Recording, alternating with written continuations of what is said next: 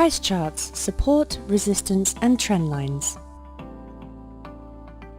Price charts. There are three main types of charts that are going to give you information as you trade Forex. You need to analyze these charts so you can determine which currency pairs are a good buy and which ones you should sell or stay away from. Line charts. These charts give you a quick view of the major market trends in addition to support and resistance levels. Line charts are not meant to be used to trade off because they don't show you individual prices. However, if you are looking to see the market trend at a glance, line charts can be very helpful. Line charts show connections between 2 points in time. You can analyze a line chart from hour to hour or over a lengthier period of time. Bar charts. Bar charts show you a price bar for a set period of time. You can choose a monthly bar chart, which will give you a price for each month, a daily bar chart, which will give you the price for the year, the month, or the day, or a 4-hour chart, which will give you the price for each 4-hour period of time. All of these charts are open, high, low, close bar charts, OHLC charts. These charts are more practical for trading than line charts because they show individual prices. Candlestick charts. Generally, you will get the same information from a candlestick chart that you get from a bar chart, but the format is more visually satisfying. These charts show the high and low points over a given time period using a vertical line. The top line is referred to as the upper shadow and the bottom line is referred to as the lower shadow. These can also be called wicks on some charts. The major difference between candlestick charts and bar charts is how the opening and closing prices are displayed. The body of the candle is the range of prices between opening and closing. If the body is black or another dark color, the price closed lower than it opened. If the body is unfilled or a lighter color, the currency closed higher than it opened.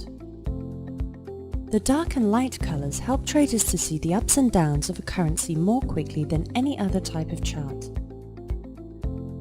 This is the reason that candlestick charts are the most popular type of chart used in Forex trading. Support and resistance. Before you can trade successfully on Forex, you must understand the concepts of support and resistance. These are referred to often when analyzing trends, so you should familiarize yourself with the terms and their meanings prior to trading. Essentially, when a market is on an upward trend and it pulls back a bit, the highest point it reached before pulling back is called resistance. When it starts moving back up, the lowest point it reached before it restarted its upward trend is called support. These points are what gives the chart its zigzag appearance. Keep in mind as you look at the charts that support and resistance levels are not exact figures. You might see a support or resistance level that looks broken, but if you keep watching, you will see that the market was simply testing the level. These false broken levels are referred to as tests of support and resistance and can be readily seen on a candlestick chart. In many cases, a support or resistance level is truly broken if the market closes beyond that level. However, since this is not always true, it is beneficial to look at the support and resistance points on a line chart because a line chart only shows closing prices and not the individual highs and lows. The individual highs and lows can be misleading because they can represent very temporary reactions of the market. To plot support and resistance levels, you only want the intentional movements and not the temporary reactions. When you plot the support and resistance of a market, you want to divide them into zones so that you can see true peaks and valleys.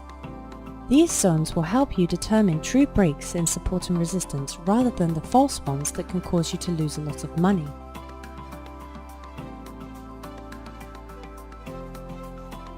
Things to remember about support and resistance. When a price tests a level of support or resistance often, it's making the resistance or support stronger. The strength of a support or resistance break depends on how strong the support or resistance had been before it was broken.